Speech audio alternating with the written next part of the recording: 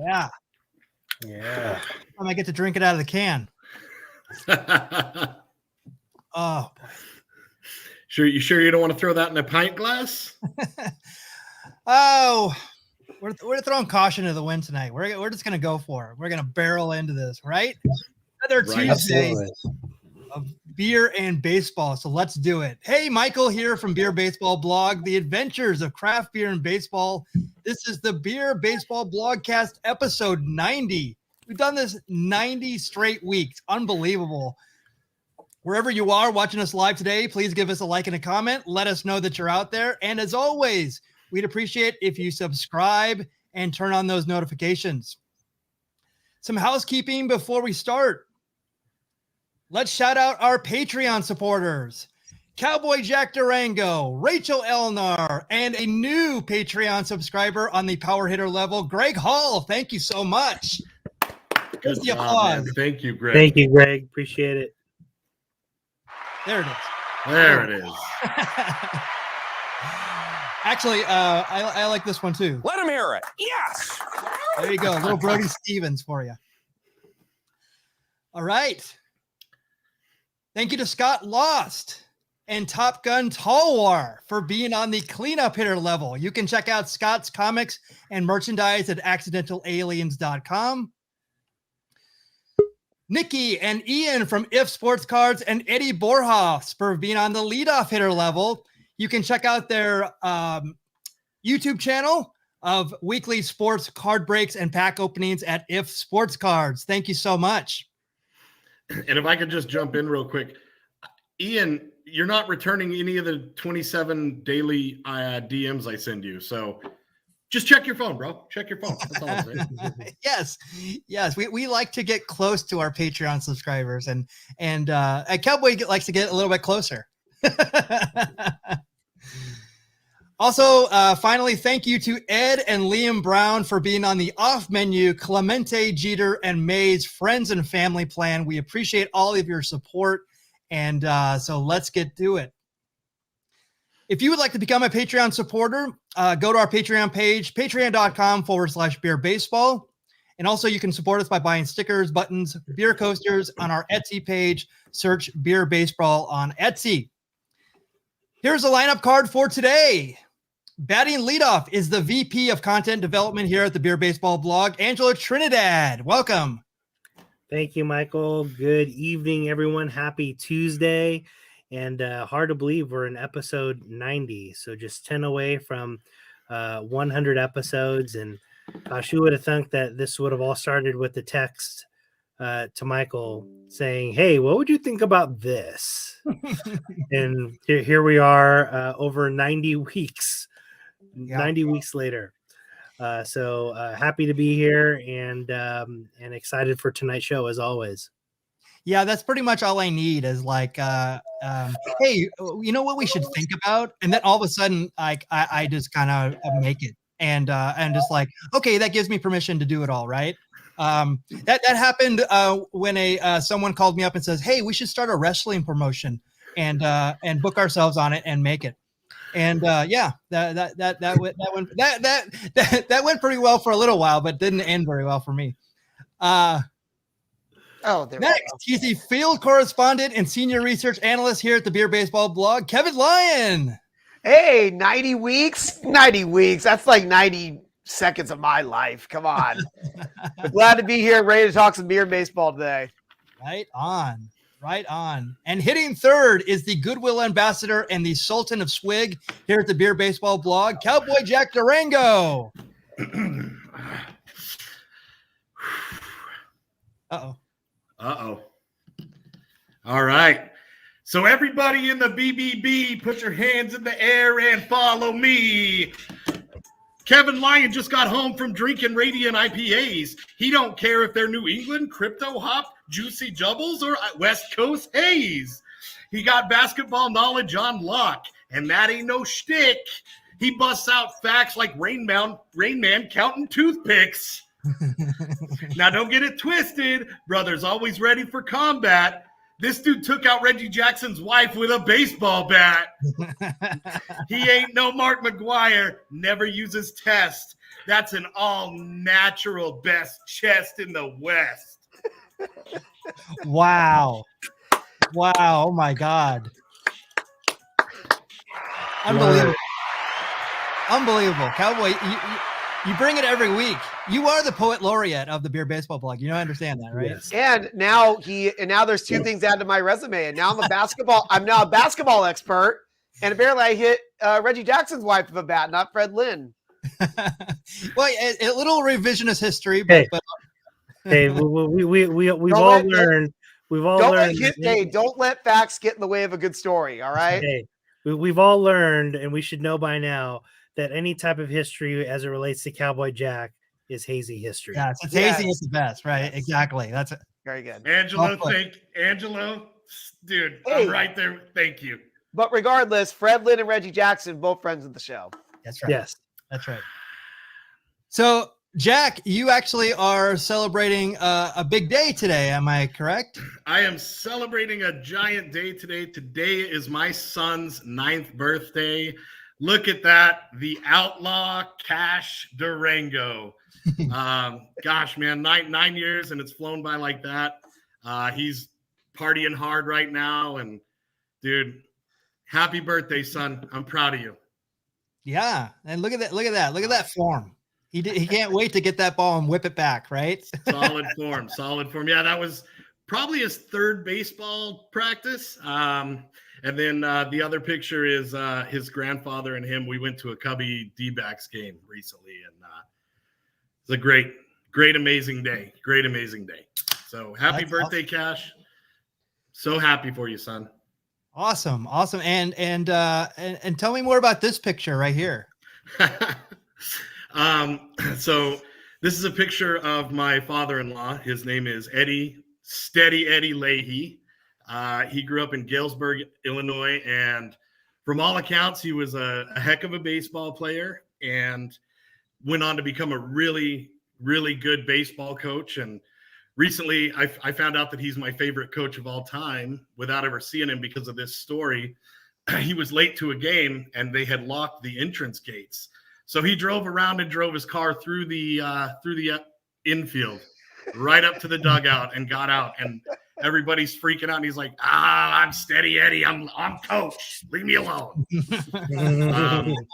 But no, this was a really, really phenomenal, special man. And I had the honor of spending a lot of time with him. And he passed away recently, and so he's probably striking dudes out up in heaven right now, man.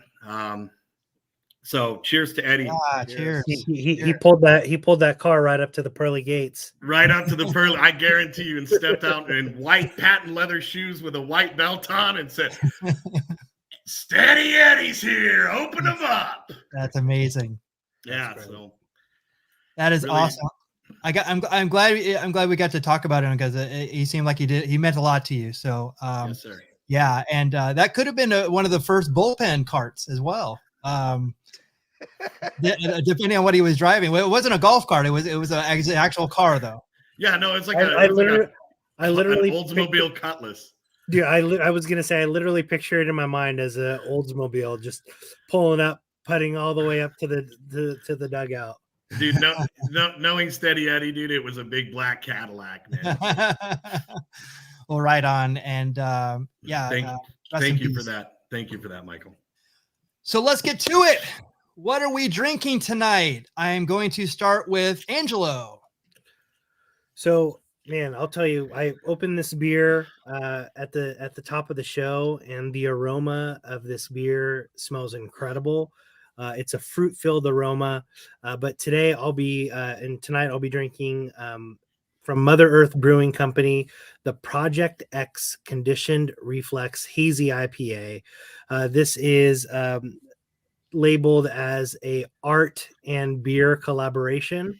As you can tell by the unique artwork on the can, it's described as pineapple and passion fruit. While the pineapple and passion fruit dominate the aroma, while a simple grain bill of pale two-row wheat and oats lend a persistent cloudiness characteristic of the style. This has it's mid palate, provides a supportive backbone, and the juicy yeast strain allows for body without use of lactose. It's like cracking open a can of tropical fruit juice, but without the heartburn to follow. So found this at Trader Joe's, and I can't wait to try it. It looks very juicy, as you can see, like kind of almost like a pineapple or orange juice. And while Angelo has that, I can mention I just had this on the first edition of Hazy History on Sunday. I had it in my fridge sitting there waiting in my beer baseball fridge that Angelo got me waiting. And I'm like, I got to do this for Hazy History. Like, good excuse to try it. That's good stuff. It's good stuff. Really good stuff. Oh, yeah. Boy, all the hazies have been can't miss, right? Oh, yeah. Yeah. Yeah, that's awesome. Yeah, good beer. And Mother Earth is a great brewing company. I've had a lot of their stuff before, and always really good. Up next, Cowboy Jack. So I on my weekly visit to the Cactus Tap Room in Peoria, Arizona. If you're watching, boys, thank you so much. I found this Second Chance Beer Company Fluffy Tangerine Clouds Hazy IPA. I hear Hazy IPA with a fruit. I know it's going to be in my wheelhouse. We're talking about a 25 IBU, a 7% A alcohol by volume, and this smooth, fruity, and supple Hazy IPA will leave you feeling like you're floating on a cloud, a fluffy tangerine cloud. And that's no lie. This is one of the better beers I've had on this show. Easily, hands down, fantastic beer. Good job, Second Chance. Nice. And a great description, supple. You don't hear that word enough. Not enough. Not enough. I say it 3 times a day, usually, just to stay in the habit. Mm-hmm. Yeah. I'm big on supple. Kevin, you have a very interesting one. I haven't even opened this yet. So yeah, so it's the only picture I had. So last time I went to Radiant, this gentleman there named Sam, he does home brewing, but he home brews something called a mead. And I've never had a mead in my entire life. I can only describe mead as it's kind of like it's kind of wine, kind of beer, but the basic comes down to honey, yeast, and water. You put some water in there to dilute the honey. Then you add the yeast in order to make the alcohol, and you have to ferment, and it's fermented. So it's the same process of making other kinds of alcohol. And then after that, you can add whatever else. This one's called Blue Spot.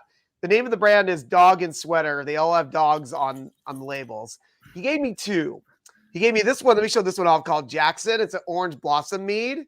So you see how it's definitely orange, and he told me this actually has Sultana and Motueka hops. So he said, this might be something you like a little more because it's hoppier, but he said, this one's really sweet. Now, you know what? If I'm going to try meat for the first time, let me try something I'm not ready to try. Right. It's definitely not my comfortable zone. So this has something called Meadow Foam, blueberry, and black button sage honey. So that's the honey that uses the base.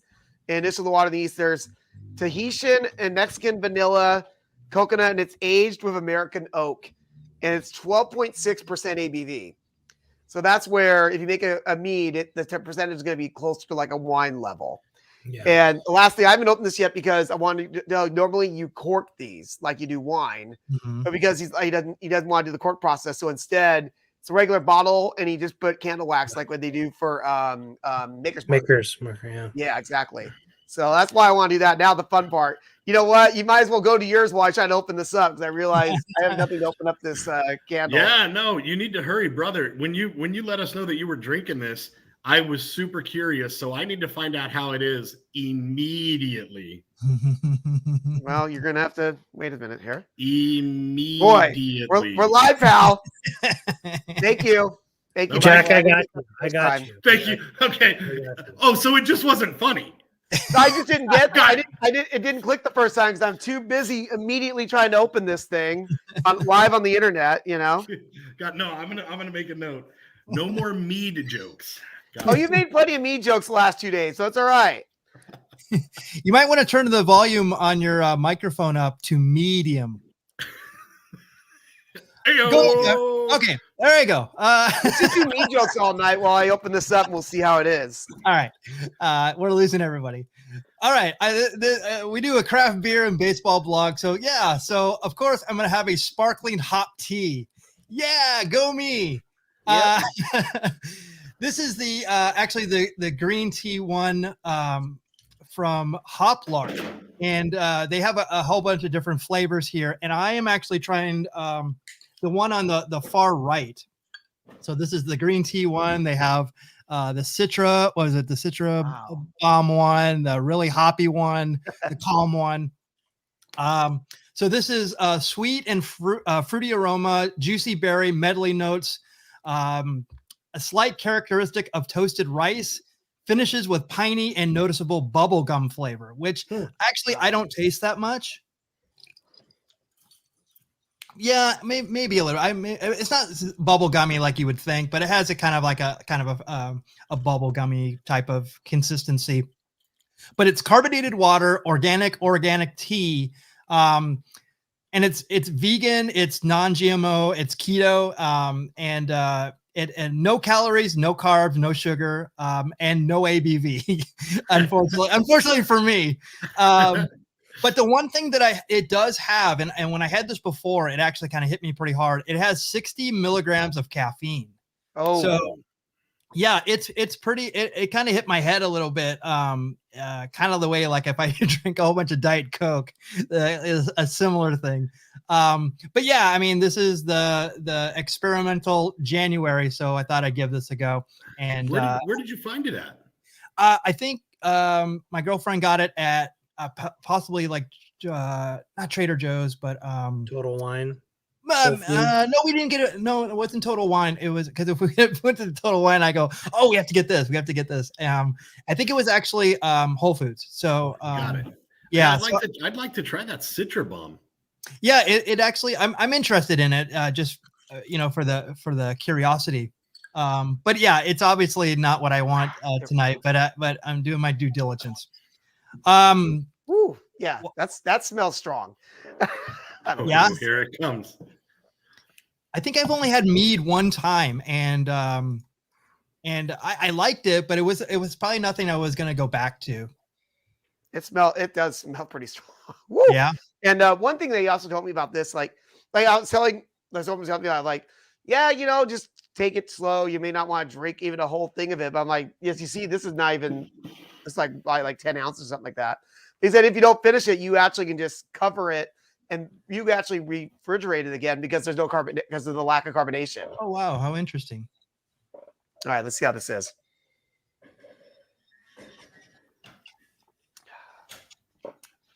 Ooh, it's pretty good. Yeah, pretty good.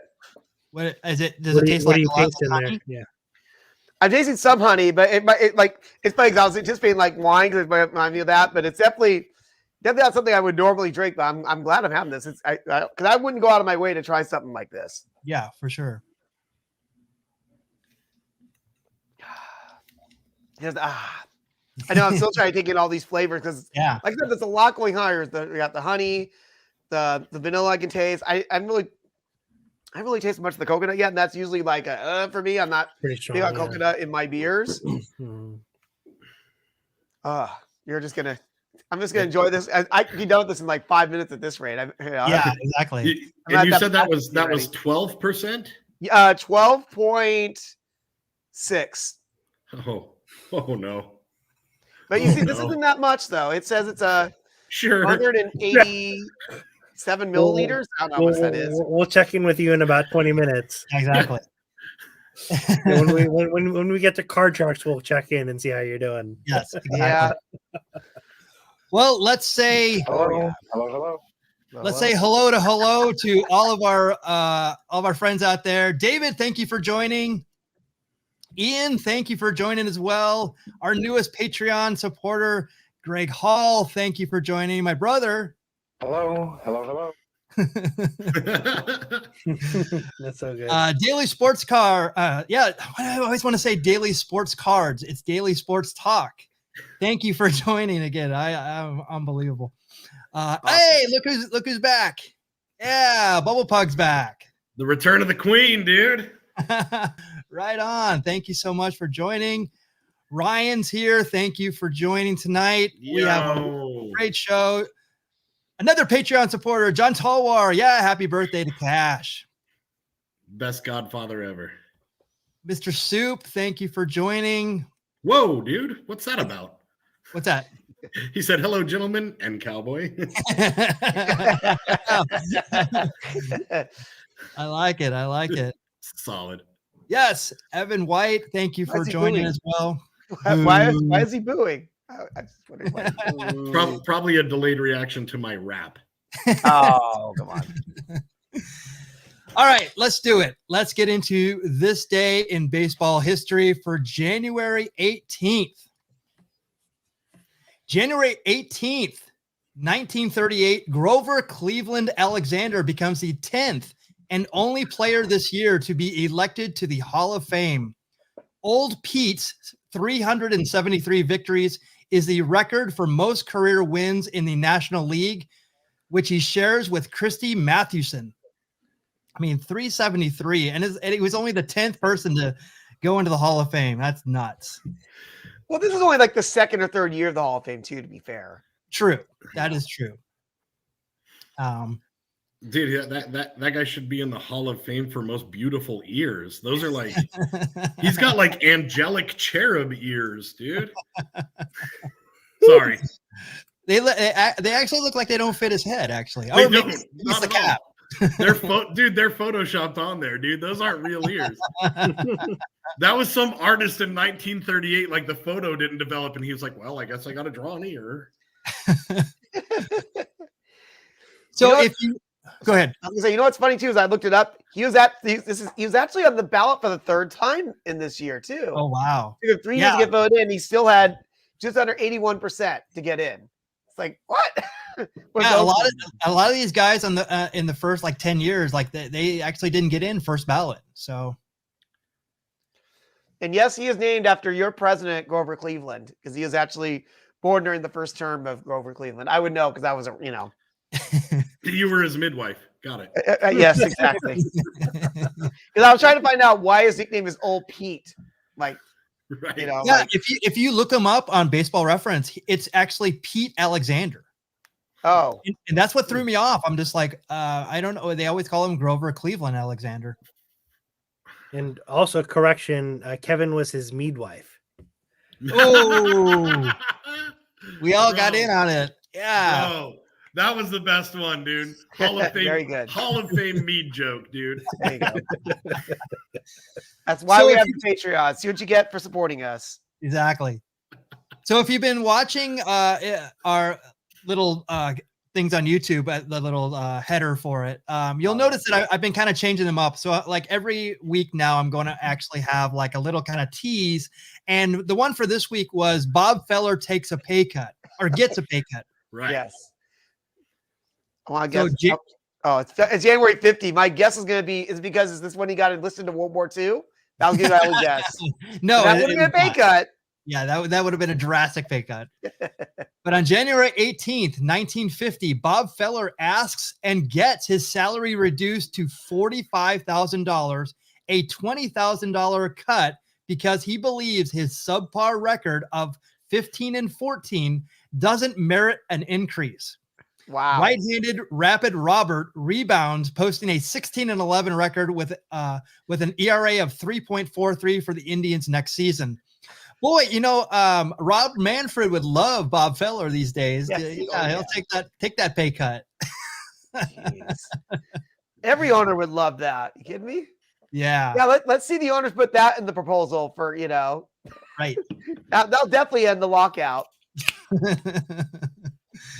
Yeah, I thought that was awesome. But Bob Feller gets a pay cut. Well, he actually took a pay cut for himself.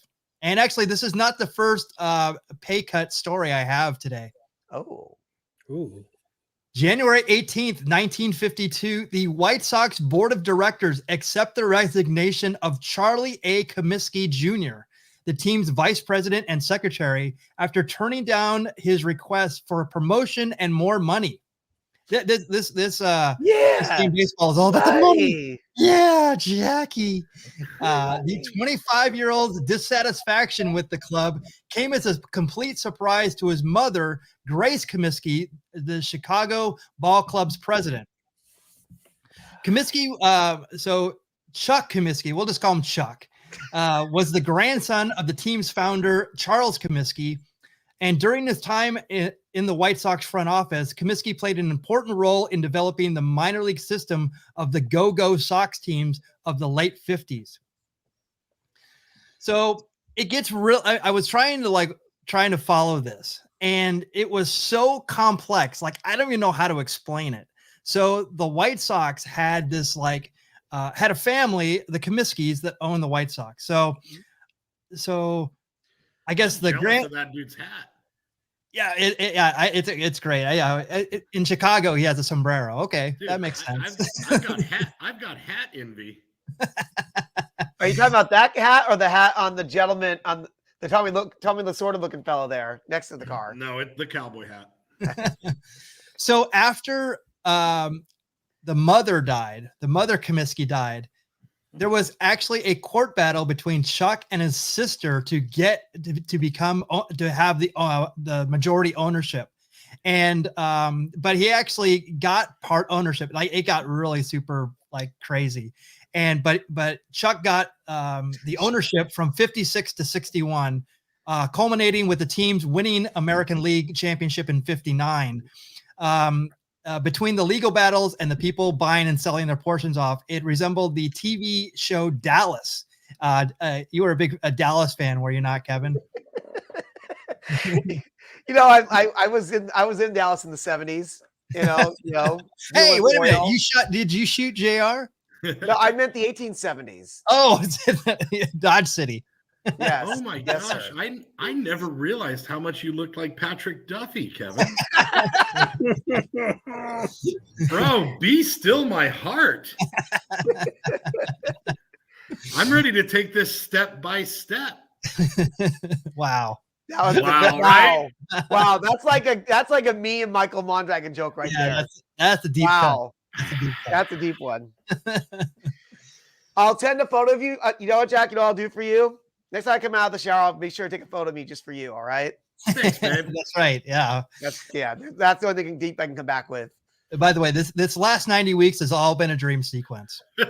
Yeah. Yep. January 18th, 1969, Ted Williams becomes the manager of the Senators, agreeing to a 5-year deal for a reported salary of $75,000 per season.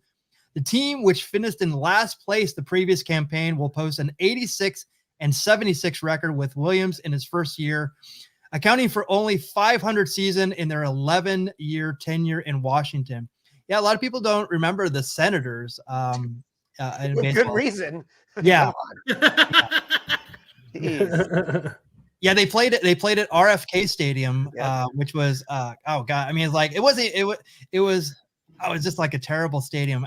The way that people talk about not Pittsburgh. What's the Philadelphia?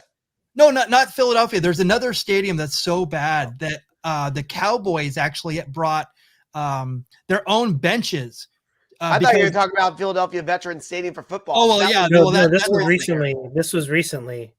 Yeah. This was recently you're talking about, right, yes, Michael? Yeah, this year. Who was the stadium the football stadium is so bad that they brought their own state. Yeah, I can't remember. It's not Carolina. They brought their own heated benches because the team that played them the previous week had said the visiting heated benches did not work.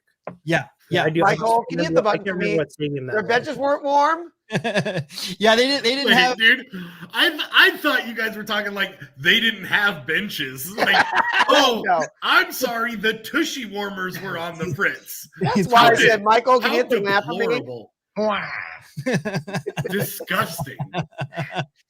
Yeah, but the stadium is actually as far as NFL stadiums go. But yeah, RFK Stadium was like that. And there's actually the probably the most historic thing that happened in RFK Stadium. They had an old timers game, and I think Hoyt Wilhelm, I want to say, hit a home run in an old timer game.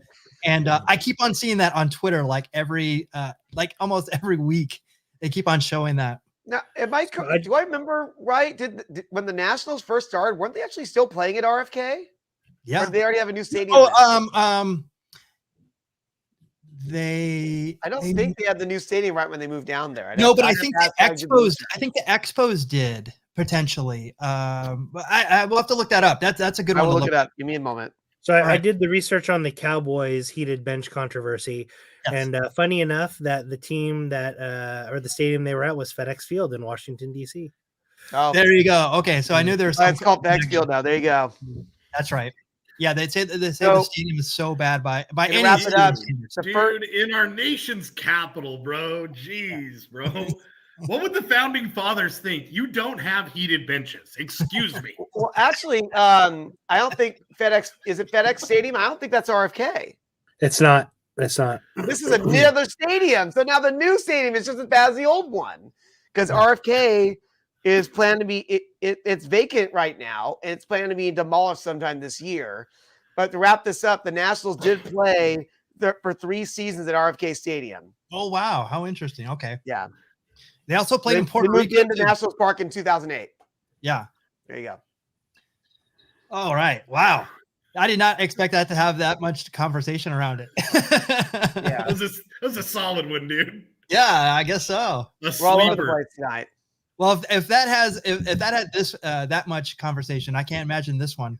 Oh no. January 18th, 1989, nearing the end of his second term, President Reagan pardons George Steinbrenner for convictions connected with illegal contributions to the 1972 presidential campaign of Richard M. Nixon. That's right.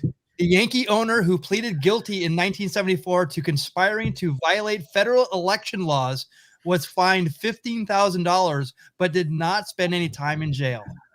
Wow. And on top of that, if I remember right, I think he actually got suspended from ownership of the Yankees for like a year or two. If I I think I'm right on that. I mean, Ed might be able to verify that for me. But wow, that would have been right after he bought the Yankees. He bought the Yankees in, I think, 73 or so. Mm-hmm. Because he actually bought them. I think it was like CBS.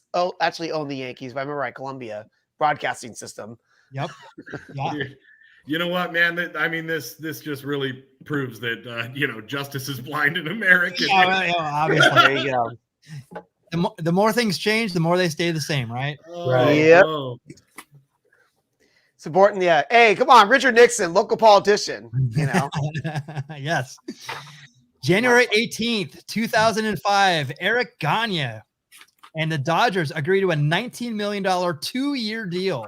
The 2003 National League Cy Young Award winner, who set a major league record with 84 consecutive saves from August of 2002 to July of 2004, made $5,000 last year after arbitrators ruled in favor of the club's offer over the $8 million requested by the LA closer. Did you guys or Angelo or Kevin, did you guys ever see Gagne pitch?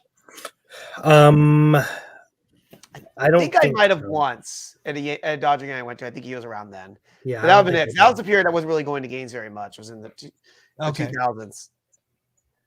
Because there was a novelty. It was like a blue. He actually like grew out his beard, I remember, and it had this like it was like a kind of a gimmick, a beard gimmick that went around the head or something like that with a Dodger hat on, especially for him with the glasses on it and everything. This guy grew his beard out like that? Yeah. Dude, his grandfather Vern Gagne would be very disappointed, dude. You don't focus on gimmicks, you stick to the fundamentals. Yes. I'm sorry, guys. Well, his other son, Greg Gagne, like he actually didn't work out because of that, and right. He says no muscles. That's popular. So is Eric related to Greg on the Minnesota Twins? Oh, that's a good question. I don't think so, but I don't think so either because I think they called one of the Twins Greg Gagne. I know we talked about Greg Gagne on the show. So ironically, they are related, but by marriage. Like it's a very weird thing. Yeah. Super crazy coincidence, dude. I learned all that in the Baseball for Dummies book that Angelo gave me for Christmas. Very good. I'm glad it's been useful for you. January 18th, 2011, Royal starter Gil Mitch, who signed a controversial 5-year, $55 million free agent contract before the 2007 season, announces his retirement from baseball due to ongoing troubles caused by a shoulder injury. With this decision, the 32-year-old right-hander forfeits the remaining $12 million on his contract, but he believes Kansas City has been fair to him and does not want to take the club's money when he is unable to pitch effectively. Wow. Here's another guy. God, dude, can you imagine being like, no, guys, you're right. I'm not up to par. Here's $12 million back. As he's like, I already got 38, whatever. Dude, I don't care if I already had 100 million. If there was $12 million on the line, I'd be like, yep, sorry. And then I'd be on a private plane to Tahiti. Like, that dude gave away $12 million. Yeah. Yeah. I mean, to be fair, the Royals need that money. The Royals need that money more than he does. That's very true. Sure. Small market team. Or I guess is it even small market anymore? I guess middle market now. I guess. What's small market for baseball now? I mean, that's true. That's a very good point. Like minor league, pretty much. Mm-hmm. Speaking of money, we're gonna end it with this one. Yeah, money. Hold on. Did somebody take a pay cut? No, this guy did not take any pay cuts. Oh no. January 18th. 2014, the Dodgers confirmed Clayton Kershaw's record-breaking $215 million 7-year contract, the largest deal ever given to a pitcher. There you go. The 2-time National League Cy Young Award winner will earn $30.7 million annually, requested and received an opt-out clause after 5 years, making the right-hander eligible to become a free agent at the age of 30. So that's pretty huge, right? Yeah. In 2019, Clayton Kershaw signed a 3-year, $93 million contract with, so he actually extended this huge contract, and including a $23 million signing bonus, $93 million guaranteed, and an annual average salary of $31 million. My question to you in here and in the chat, how do you live on that? It's gotta be hard. Also, his name is Clayton Kershaw. Hey, Clayton Kershaw, if you're watching, if you like fat guys that are balding with lots of kids, middle-aged with a beer drinking problem, but I can cook and I can grill, I will literally marry you, dude. Well, you know what? Slide in them DMs, Clayton Kershaw. You know, I did have a beard that he used behind. Gosh, I can't remember the name of it. I know it's Wicked Curve. Thank you, Wicked Curve. If part of the proceeds go to his charity, and Clayton, do you remember the name of his charity, Michael Mondragon? I do not actually. The hashtag do the research. Yeah. You know, let's make a pitch to Kershaw's charity to help Cowboy Jack Durango. Yeah. Can we do that? Yeah. I think that'd be a good cause. Let him hear it. Yes. I like it. All right. Yeah. Send this boy to Clayton Kershaw's house. That's our initiative. All right. So let's get to baseball card sharks. What? I'm just kidding. I haven't finished this yet, but this is pretty tasty and drinkable. All right. So here are the baseball card shark standings. Oh, now I smell the vanilla. We have okay. So here the rules are: there's 8 cards on the board. There's 3 on the bench, 11 in total. We're gonna work our way through with some high-low from some 89 Bowman that we got from Mr. Excitement, Ed Brown. Oh yeah. But I had a last week I actually had a rule that I implemented, and I'm gonna refine this a little bit. So before we go, we're gonna pick one person in the chat, and they have to be a Patreon subscriber. And so I'm gonna actually do the random.org in a second for the position on the board, and then when it comes to that, you have to go to your Patreon subscriber to do the higher or lower on this one. Oh man. Okay. All right. So let's let me get this out of here real quick. Well, I saw we had at least 3 out there already. Or I don't know. I know if I saw 4 of them. I know we have at least 3 Patreons out there. Unless Liam's there with Ed, maybe we can get Liam on here. There you go. Yes. Out. All right, so here we go. So positions 2, 3, 4, 5, 6, 7, 8. We're gonna randomize this right here. And I'll say not again. Not again, right? Very first one. Oh, no, never mind. Oh, it's 5. 5. All right. well, we're getting on 5. So 2, 3, 4, 5. So right here on this position right here, we're gonna actually go to our Patreon subscribers. What are we gonna do? We're gonna do pitchers or batters. I want to see batters. Yeah, we've done pictures a lot. I think we're at pitcher last couple of weeks. Let's do bad. All right. And what is the category? Angelo, pick the category.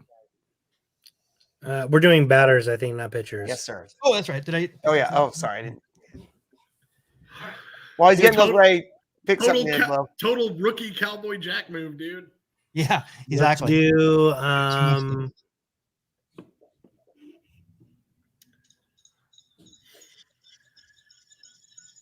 let's do home runs. Let's make it easy. Home runs. You got Try it. to make it easy. All right. Who's going first? You want to go, Angelo? Yeah, sure. Okay. So you're gonna pick a Patreon subscriber. Who do you want to be your lifeline? What year is this Bowman? This is 89 Bowman. I'll go with Ed Brown. All right, Ed. Right on. Son, do the right thing. Yeah. All right. Starting off with Gary Templeton. This is part of the fun. Should be trying to name the player by the signature here. Oh yeah, let's do it. So Gary Templeton up front.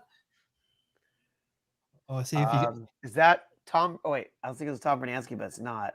It's Harper. Brian Harper. Is that Brian Harper? Is that his name? that is. I think he's a catcher. Yeah. Oh, Nicely yeah. done. We had a picture of him during the 80. I think it was when they was it the 80 91 World Series where he was on top of his head. Remember, he got bowled over. Oh, Yeah. Is that why his head looks like a thumb? I don't remember that guy being on the Orioles. Bill Bradley. Yeah. It looks like his face is right in the camera, and he's like right in the sun as he's swimming. Yo, is that Cal Ripken, dog? Yes, it is. Dang, Gina. Oh man, there you go. Landau Calrissian. Former Oriole, Landau Calrissian. We got 2 Hall of Famers on this board so far. I love it. Wow, that you actually said him earlier. Yeah, I Kevin. said Tom Bernansky. I don't remember him being on the card. Yeah, he later went to the Cardinals. Oh yeah, Gerald Perry. Gerald Percy. Right. Gerald Perry, first baseman. Yep. And oh, is this? I want to make sure. Yeah, second baseman. Keith Miller. Sure. Yes, it is. Okay, there you go. I thought Keith Miller was a pitcher. That's weird.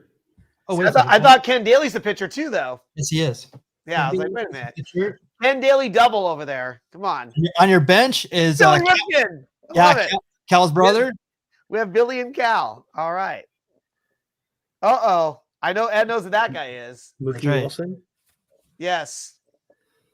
And I actually know this. Rich Gedman. Nicely done. Nicely done. Yep. All right. Catcher for the Red Sox. All right. So we're doing home runs. Yes, sir. So Gary Templeton, home runs. Wow, 603. Wait, no. Excuse me. Why don't you look at that again? If he has 603 home runs, he'd be like 4th all time. Home runs. Like, wait a minute. You're absolutely right. I'm sorry. I'm like looking at the see. Okay, this is the thing about these cards. These cards are super hard because what they do is you see how they're like tilted. Well, Yeah. not just that. There's columns for how he does against every single team in his. Well, that was going to be my point. I mean, there's a whole bunch of stats on here that are not needed, and you're right. So yeah, I was going to say he doesn't have 600 home runs. I was to say if he did, we'd be talking a lot more about Gary Templeton. Yes, 52. My bad. Okay. So 52. So does Brian Harper have more or less than 52? Man. Old thumbhead. I'm gonna go with less than 52. That's probably what I would choose. Yeah, I don't know. I think it's gonna be close. I don't feel confident though. It's 14. Close. Okay, good. Okay. 14. Yeah, Great job. good call. So 14, we got Phil Bradley. Higher or lower than 15? That guy looks like he just hits dingers all day. Right? I'm gonna go with more than 14 with Phil Ooh. Bradley. And I could be totally wrong. No, he has. Yeah. Come on, he might have 114. 63. 63. Okay. Yep. And then this guy, Yeah, Cal. that guy. future Hall of Famer. Cal Ripken. Or I or love less this than- next matchup, Michael Mondragon. I just realized what it This is. I know. How many years has he been in the league at this point? Why don't you ask your Patreon support? Definitely more than one. Yeah. Well, yeah. There you go. Yeah. Thanks. What was the number? 63? Yeah. So I believe he played on the 83 Oriole championship team. His rookie card, I think, was Yeah. 82. Yeah, I'll say yeah, that. I think his yeah, rookie yeah. card's either 82 or 83. He has more than 63. More? More. Wow. 183. Yeah. Oh, wow. That is- See, I don't remember him hitting that many, being a big power hitter, but I love this matchup here because you talk about Baltimore Orioles in the 1980s. It's Eddie Murray and Cal Ripken Jr. I love this matchup here. So Ed Brown. He's already answered it.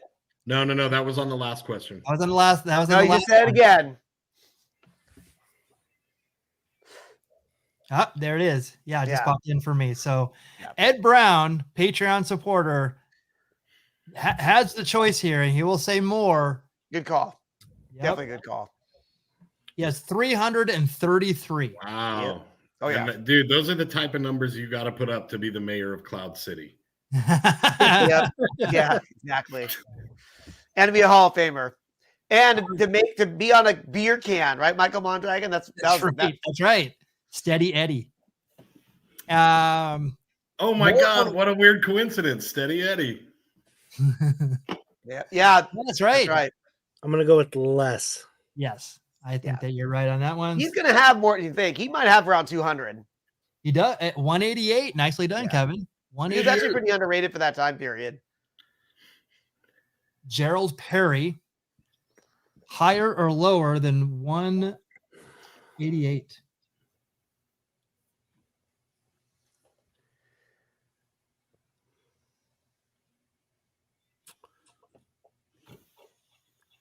Who's on my bench? Billy Ripken. Billy Ripken, Mookie Wilson, or Rich Gedman? I think this is my best play here would be less than 188. Yeah, I would imagine so. Yeah, you're That would be fine. my guess as Don't worry, well. you're fine. Don't worry, you're fine.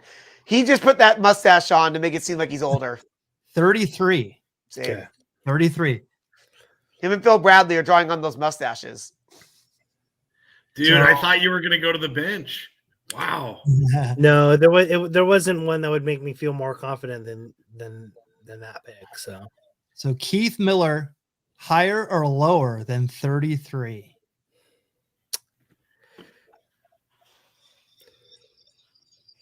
Let's go to the bench here Ooh. just to make things interesting. Let's go Mookie Wilson. Okay. Wow, okay. So your new number is It's going to be pretty similar. 57. A little bit more. Okay. 57. I'll go lower than 57. I think you have been safe lower than 33, Probably. personally. Ah, 1. Wow. I'll say, if I'd never heard of this guy, I Yeah. don't think he hit many home runs. Yeah. Wow. Drafted by the Yankees in the second round in 1984. Dude. Nicely done, Angelo. Dude, first Great job. dude, you first of the new year, dude. First of the new year. I need to get. That was the first time somebody marched down the field. Oh, Kevin- pressure's on Kevin- now. Kevin needs another drink. Hi-yo. Hi-yo. Well, you know, I have Bro. another mead, but I think it's a terrible idea if I open this and drink it right now. Oh, I think it's a great idea, bro. All right, Jack, you're next. Jerry Reed. Yes, exactly. It's Jody Jerry Reed. Reed. It's Jody Reed. But he goes by Jody when he plays baseball. Yes. Got it. Yeah. Terry Pendleton. There you go. Done. He runs a big marine outfit down by San Diego. Yeah. He owns a little stretch of land in San Diego. No big deal. That is Philip Q. Oof. I don't know either. I can't. Oh wow, I do, and I didn't think this was him. This is Bruce Benedict. Oh my gosh, yeah. I wouldn't have gotten that. Yo, wait, what? The Bruce Benedict? Yep. Wow, dude. I wouldn't have known that. Will Clark. Will the Thrill. Will the Thrill. Yeah, no. They don't call him Space Mountain for a reason, ladies. Jacob Sobelfield. I'm sorry, you were close. That's Dick Schofield. There you go. Sure. Let's go. Oh, weirdly enough, this is back-to-back dicks.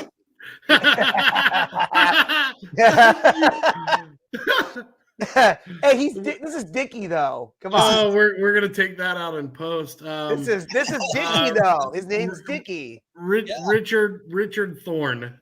That's right, Dickie Thon. Dickie Thon. Sure, dude. Oh yeah, I know this guy.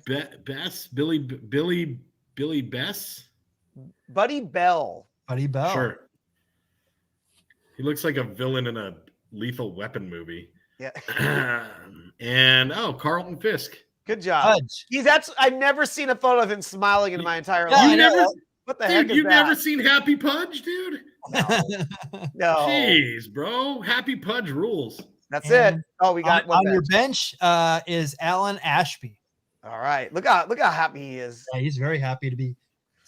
Why are these catchers so happy on our board? He looks very happy to be bullpen catching. Yes. All right, Jody Reed, who Snowman. who was on the Smokey and the Bandit. Wow, we have back-to-back ones. Well, Jack, you got a long way to go. Not much time to get there, so make your pick. Right. Wow, one. Does Terry Pendleton have more or less than one? Dude, first of all, Pendleton's mid-dance right now. Yes. And you can tell he's got moves. So way more than one.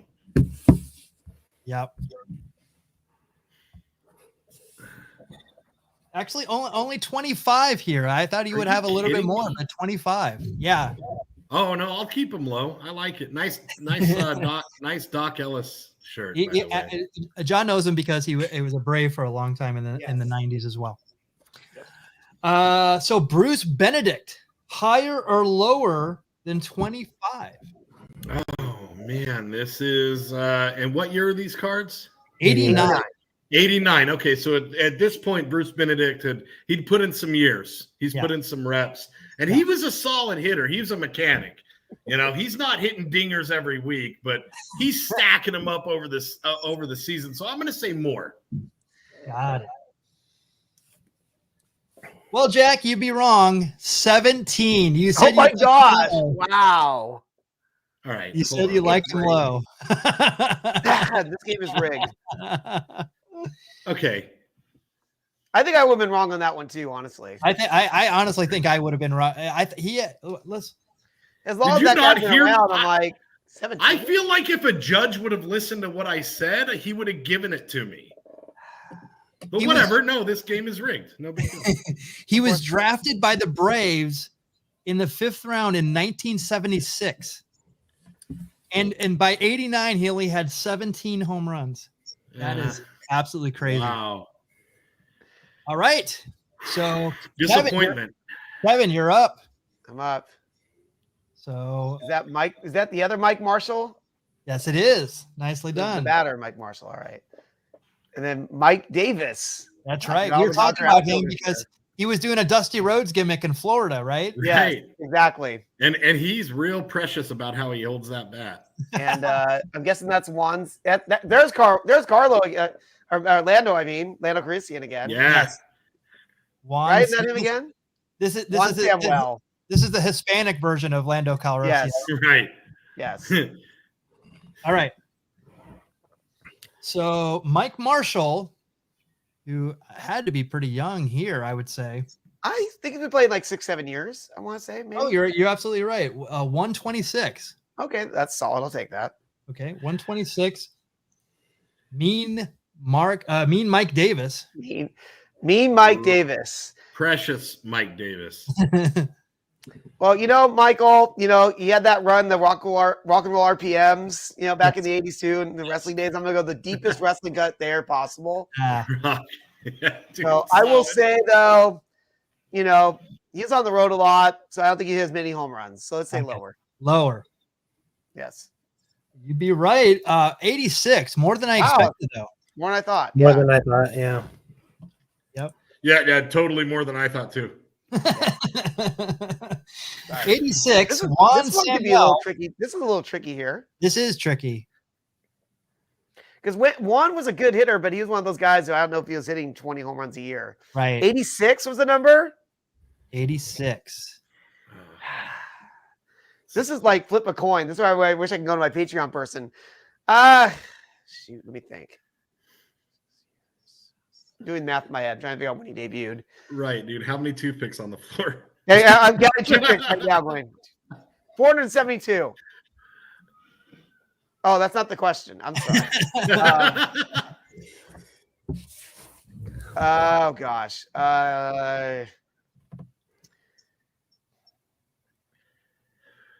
Let's say I'm going to just say barely higher, but I'm probably wrong on this. All right.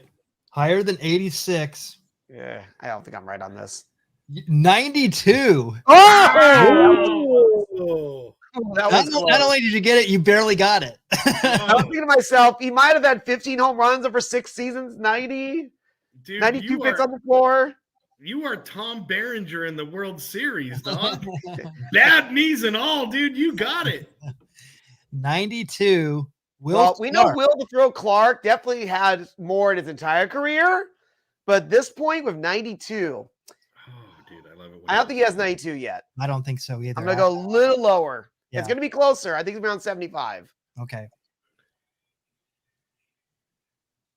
Oh, Kevin, you even guessed how many he had. 75. Wow, dude. That is incredible. Yo. Oh no, I got to pick a Patreon No, supporter for this one. You do need to pick a Patreon supporter. I forgot to do that at the top, but I know. now you get to pick one. Who's going to be your... All my right, favorite? Top Gun Talwar. Can you pick Dick Schofield for me? All right. I'm surprised Cowboy Jack didn't go with Top Gun Talwar. Or you didn't get there, did you? Sorry. Oh, wow, bro.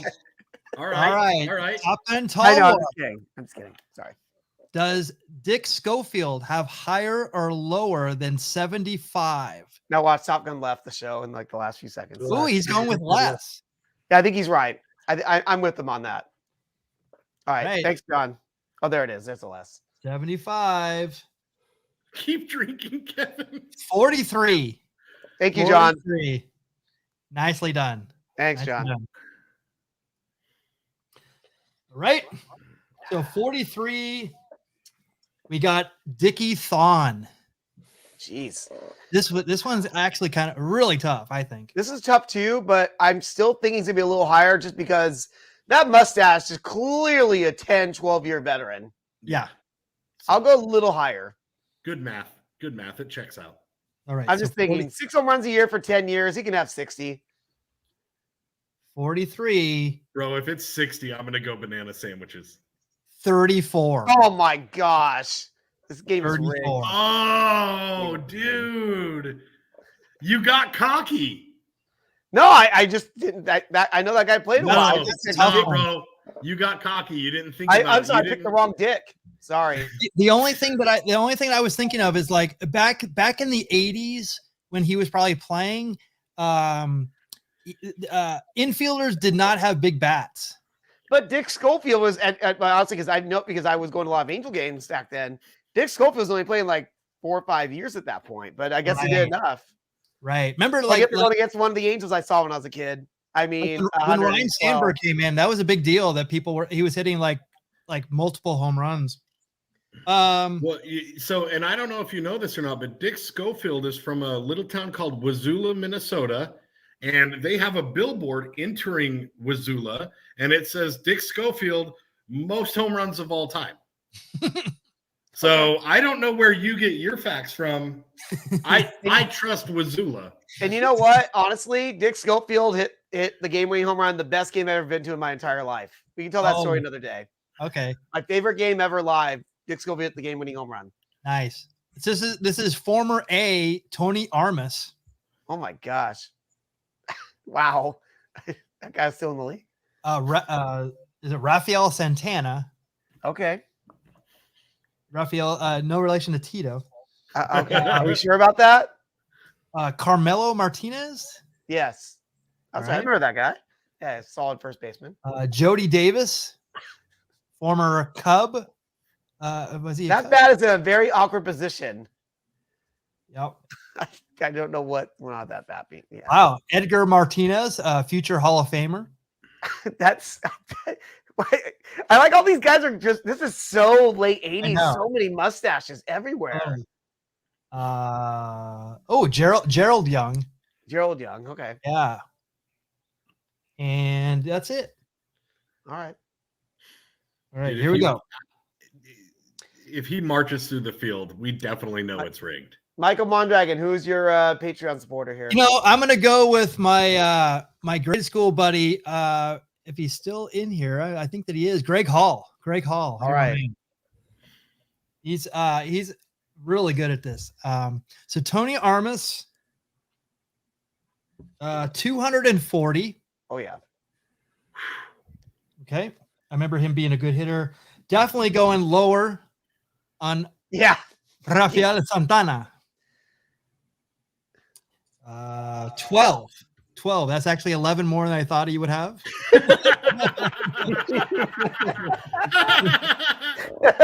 Dude, the jokes have been off the charts tonight, guys. I'll definitely go higher than 12 with Carmelo Martinez. 82. Ooh, this is going to be an interesting. That could be tricky. Jody was a veteran. I don't remember him being a big home run hitter. I don't either, but he's just one of those guys. He'd been around for a good 10, 12 years probably. That's the reason why I think it'll be close. Yeah. I'm going to go. Oh, boy. Man, this is to rock a rhyme. It's tricky. Yeah. There you go. Let's see here. What am I looking at? Wow.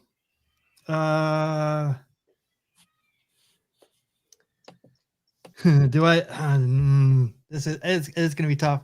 Now you know I fell on that on a couple of that one of those cards. 82. I'm gonna go less. I can't think that he had a whole bunch of home runs, but I'm definitely gonna go. I'm gonna go less. All right. Oh, and I'm not even close. 123. Wow. That I would not have expected. So Angelo, Trinidad. Trinidad marches down the field slow and steady like a freight train and gets out of 000 territory. Well done, sir. Yeah, nicely done. Cheers. Thank you, boys. Cheers to you. Sir. That is. I don't even have any Brewers in those cards either. Ugh. This game is rigged. That's right. You know what? You know, when I was going through this, I didn't see a lot of Brewers as well. That's very interesting. Kevin, do you need another drink? We can just say Brewers. Where does that put me? All right, so let's end it out with some baseball trivia. Let's test your knowledge of baseball. Got 2 questions here. Let's go for it. We definitely want you to get involved in the chat. 72. What's that? I'm sorry. I thought that's the answer. All right. Of the 9 players with 600 career home runs, who are the 2 without a 50 home run season? I know one already. Okay. Your choices I know this are one. Hank Aaron and Willie Mays, Ken Griffey Jr. and Willie Mays, Jim Thome and Albert Pujols, or Hank Aaron and Albert Pujols. Let us know in the chat Oh, what you think it is. So this is I definitely know two one of the two are. So now I just got to figure out who the second person is. two that don't have a what? So, of 9 players with 600 career home runs, who are the 2 without a 50 home run season? And by the way, to go back really quick, that was Edgar Martinez's rookie card. So that might be worth $1.75. Yeah. I'm just kidding. So Yes. you always like to throw a red herring in here, and I feel like you have because you know how much I love Jim Thome. You know. Of course. But Jim Thome does have over 600 home runs. So. You know that Jim Thome's got a special place in my heart, but I know that he's the red herring, so I'm going number 2, Ken Griffey Jr., Willie Mays. So why I never know this, Jack. Why is Jim Thome have a special place in your heart? So I'd rather not talk about it. It's personal. It's something that I don't share with a lot of people. So I'm just wondering because I actually got to see him play at High Corbett Field in Tucson, Arizona, in about 1989 or 90 when he was in spring training. Oh, wow. Yeah, got an autograph of him. Too bad I don't know where that is now. Angelo, what are you going with? So Albert Pujols is one of my favorite players, obviously being a longtime Angel. So I know for certain Albert Pujols has not had a 50 home run season. And this is actually really surprising because my answer is 4. I'm going to go with Hank Aaron and Albert Pujols. And I'm very surprised that Hank Aaron has not had a 50 home run season. But by process of elimination, because I know for a fact Jim Thome had 150 home run season at least, that it's going to be 4 Hank Aaron and Albert Pujols by process of elimination. And I'll also go with my boy Ian there. So, and you know what, Angelo, thank you because you helped me figure it out because I know for a fact that Hank Aaron never got 50. And I was like, I don't know if Willie Mays did. I don't know if Pujols did, but you're saying Pujols didn't. Pujols so he's never had a 50 home run season. Because that was like a crazy thing about Hank Aaron. He never really, it was something like the most he ever had was like 47. And somehow he ended up with 755 home runs. Right. But he consistently got like between like 25 and 45 or 47. He played for a very long time though. Yes. So the answer is similar to Albert. I mean, Albert has 600 and however many career home runs. And he played for the Angels for almost 10 years and he played for the Cardinals for almost 10 years too. So Michael, can I just do this just because you're gonna be the only one who doesn't know? I'm gonna go. The answer is 4. Well, Greg Hall nailed it. But Matt Sinister thought it was the Can-Am Connection. Yeah. That's a solid guess, dude. It is Hank Aaron and Albert Pujols. Aaron's highest total was 47 in 1971, and Pujols had 49 in 2006. Dude, now think about that too. Hank Aaron started playing baseball in like 55 or something like that. 47 home runs, 15 years into his career. Yeah, amazing. Know, that's like Barry Bonds all of a sudden hitting 60 home runs 15 years into his career. Oops. Yep. Just kidding. I don't know. Whoops. I don't know where I'm going with that. How about that picture of a young T.O. Albert, by the way? Yeah, bro. Dude, check out the forearms on Pujols, dude. Bro. I bet you that guy, he would, man. Well, mind you, he's 10 years into his career. He's already on the Angels. That's a solid man, bro. That's a solid man right there. Oh, yeah. All what do they say? All man and a yard wide, as the yes, sir. to quote Dusty Rhodes, dude. All right. Question number 2. Who are the only pitchers besides Jacob deGrom to win Rookie of the Year award and at least 2 Cy Young awards? Your choices are Tom Seaver and Justin Verlander, Dwight Gooden and Brett Saberhagen, Verlander and Fernando Valenzuela, or Roger Clemens and Dwight Gooden. Once again, who are the only pitchers besides Jacob deGrom to win the Rookie of the Year and at least 2 Cy Youngs?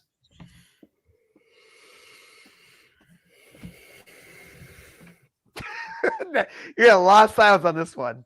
Oh, I mean, easily Roger the Rocket Clement, right? Like number 4, done, easy. Okay, sure. Yeah, that's what I do. That's what I do, guys. I call winners. I'm a little bit disappointed because I was hoping for a clean sweep this evening. It's 50-50 on this one. It could go one of 2 ways because the one I feel is the correct answer is on there twice. Mm-hmm. It's just a matter of who he's partnered with. But there's 2 people on here twice, so that's what makes it more fun. I'll go with number 2, Dwight Gooden and Brett Saberhagen. I think just to be different, I think I'm gonna go with and that's actually Brett Saberhagen was the interesting one, but I'm gonna go with Justin Verlander and Fernando Valenzuela. Because Fernando would have won the Cy and the Rookie of the Year in the same season, so he's up to a good start there. But remember, it's 2 Cy Young. I know. I just don't remember if Fernando won a second Cy Young. I'm gonna take a chance on that one. Got it. I don't know though. I have no idea. It's probably Dwight Gooden. Matt going with number 5. Come on. That's why he's the expert. Why is he the expert? Exactly. Got Ryan going with 1. Ed going with 1. There's a lot of Seaver Verlanders out there. Yeah, there really is. All right. Verlander, I said there's a Seaver winning Rookie of the Year. Oh, well. And the answer is Tom Seaver and Justin Verlander. I didn't remember Seaver winning the Rookie of the Year. Okay. Yeah, that's we the one definitely talked about terrific Tom a lot on this show. Yeah, he's a guy who unfortunately has gotten lost kind of like in history for being such an amazing pitcher. Yeah. And he won the Rookie of the Year. Seaver won the Rookie of the Year in 1967. He was a 3-time Cy Young Award winner in 1969, 1973, and 1975. Mm-hmm. So crazy. 2 of those were with the Mets. And it's like, I remember, well, obviously it was later in his career when he was with the Reds. He was dominant with the Reds. Yeah, and see, and I would have saw him when he was on the Red Sox and the White Sox. Is when I would have saw him as a kid. I'm sorry, when I was 125 as a kid. That's right. At Angel games, Yeah, Verlander won the Rookie of the Year in 2006 and as a 2-time Cy Young Award winner in 2011 and 2019. The 2019 one is the one that people like to forget because he hasn't been in baseball for a while because of injuries, obviously the shortened season and stuff like that. So yeah, he was, and it might even be longer with the lockout. Yeah. So that is it. Good job, guys. I'm getting that one right, except for us. Yeah, we're gonna get replaced. We're gonna get the shot. So you know what? We might need to be replaced. Yeah. Oh my God. I hope not. I hope we don't. I hope you don't. I meant we, not you, sir. You run this thing. Yeah, Michael. I hope you don't feel the need to replace us. I'm worried to see what my mid-year review is going to look like. Well, Jack, if I do, you'll know immediately. Full circle. Full circle. Luckily for you people, we won't be here all week today. Of course. Yes. Let him hear it. Yes. So if you'd like to support us here at the Beer Baseball Blog, check us out on our Patreon page, patreon.com/Beer Baseball. We also have an Etsy page, search Beer Baseball. Here's where you can find us on Twitter, Facebook, Instagram, YouTube, and Twitch. Guys, it has been a fun show as always. Angelo, did you have any last words before we take off? Yeah, thank you guys once again for tuning in. And shout out to Ed Brown for helping me secure my victory in baseball card sharks this week. It's hard to believe it as it is that we've had 90 episodes straight of the Beer Baseball Blogcast. It's even harder to believe that this Saturday will be episode 51 of Beer and Break with Angelo. So for almost a year straight, I've been ripping and sipping for your view and pleasure. And I got to work on something big for episode 52. But we'll see. Tune in on Saturday at 9 a.m. For the premiere of Beer and Break to find out what I'm going to open for you guys this weekend. Thank you guys for tuning in. And we appreciate all your support, and we appreciate you all. Absolutely. Kevin. Well, I'm sure Jack can plug something else, but so why not? Why don't I just plug what I used to plug? Because I heard there's new jokes. I probably get repeating them on the show, but you need some humor in your life. You know, if things have been tough the last couple of years, pick up your phone. You need a good laugh or two. Call Jackie the Joke Man's hotline at 516-922-WINE. You may have to look at your dial. How are you going to find out those letters? You got to actually look at your phone while you dial it. Find out what those letters are the numbers for. And anyway, you get some good humor in your life. Otherwise, just stay safe, support your local brewery, support your local minor league baseball team. And Jack, why don't you tell the audience what we're up to? So what I need everybody to do, if you're in the sound of my voice, go to our Instagram page, Beer Baseball Blog's Instagram page. Follow us, set some reminders or notifications or however smartphones work. Every Sunday, Kevin and I are going to start doing a segment, Hazy History. We started the first one last week. We're going to work through it. I'm sure that we'll fall into our groove. Sunday afternoons, we don't have a set time yet, so set those reminders, notifications. Please join us. Also, everyone, thank you so much for the birthday wishes for my son. Michael, thank you for giving me the opportunity to talk and tell the story about Eddie. You guys are my brothers. Everyone in the chat, this show has helped me make it through some very hard times, and it continues to do it. So thank you all so much. Well, I love you. I'm not going to do a birthday toast for your son because I feel that'd be weird, but let's give a rest in power toast to Steady Eddie. Steady Eddie Leahy. Steady Eddie. Rest in power, brother. Thank you again. And there you go. A little Jackie for you. Thank you. Yeah. So we will be back again next Tuesday with another Beer Baseball Blogcast. For Angelo Trinidad, Cowboy Jack Durango, Kevin Lyon, and myself, thank you so much.